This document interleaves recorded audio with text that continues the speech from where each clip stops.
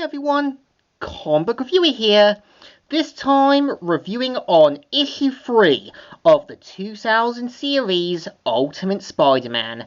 Now as you know, 2000 series of Ultimate Spider-Man was the first step into the Ultimate Universe, and keep in mind that you had things like Spider-Man, X-Men, the Avengers known as the Ultimate, and Fantastic Four, with different stories, different settings, and different reimaginings.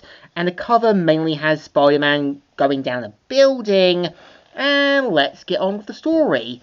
It starts off how, back at Oscorp, we kind of see them sort of going back on the footage and pointing out how the spider kind of bit Peter.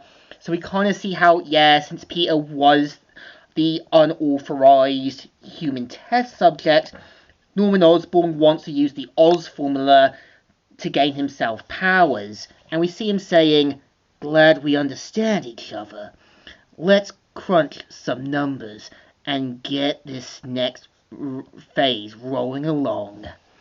And of course, we kind of see how, we're introduced to Crusher Hogan. And this is going to be like the typical Spider-Man origin story, with basically Crusher Hogan being the next step of Peter basically using his powers in that.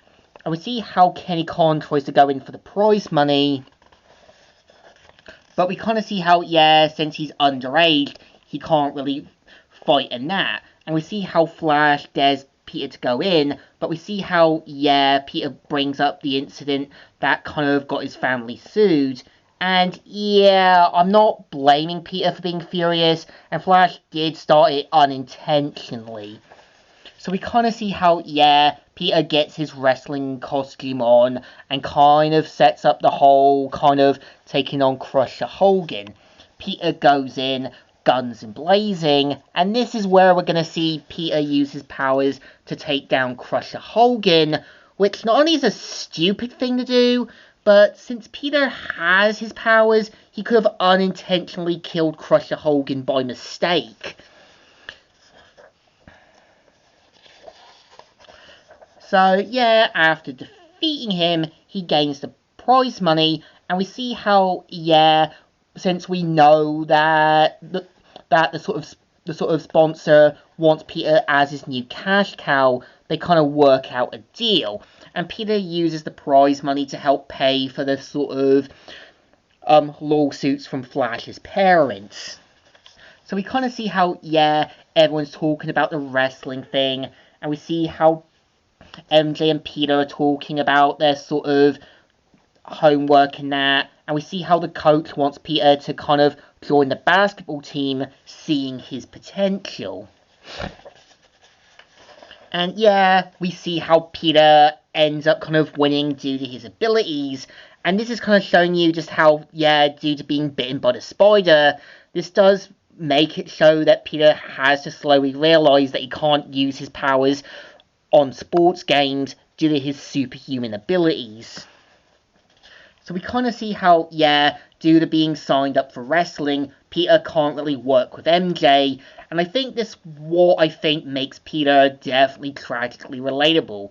Sometimes being balanced and trying to work things out in your life is never going to be easy. And we see how, after taking down Crusher Hogan again, Peter ends up winning once again. And we kind of see him say, "What's your name?" I told you, you need a name, stage name. "Oh, the spider is that, the Amazing Spider-Man!" "No, ladies and gentlemen, the Spectacular Spider-Man!"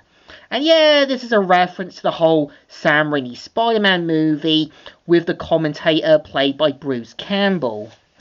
And we see how, after winning his money, we kind of see how the referee still wants to kind of find out who he really is, and that he needs to kind of give him his details, but of course gives him a different costume. And this is going to be the iconic Spider-Man costume, with Peter wanting to kind of put a spider on his chest. And we see how, back at Oscorp, we see how Norman Osborn gets the test on himself done. We kind of see how he tries to get Harry out of the building, and we see how as soon as it's activated, we see how the device is going to transform Norman Osborn into the Green Goblin. And yeah, this is the story. So I think issue 3 is okay-ish. Like I said, it's one of those filler stories that's gonna add a little bit extra in. It's gonna add into where, yeah, Peter's gonna fight his first real enemy. And I don't think it really needed to be the Green Goblin just yet. I think the thing is, if you're gonna build the Green Goblin up, you need to take time to build it up in the story. And yeah, the problem is when you rush the Green Goblin in this series, it takes away moments to build up to what I think the Green Goblin should be. You should build up his gear, his weaponry, his sort of potential. And the problem is, Spectacular Spider-Man did it, but it just wasted the Green Goblin's potential for what a second season could have been. Or it's like looking at, say, Marvel Spider-Man, given the fact that they wanted to use the Green Goblin, but they kept kind of putting it under the rug. So I think this one definitely deserves thumbs in the middle. Kind of alright, but kind of okay. So, Comic Reviewer here, signing out.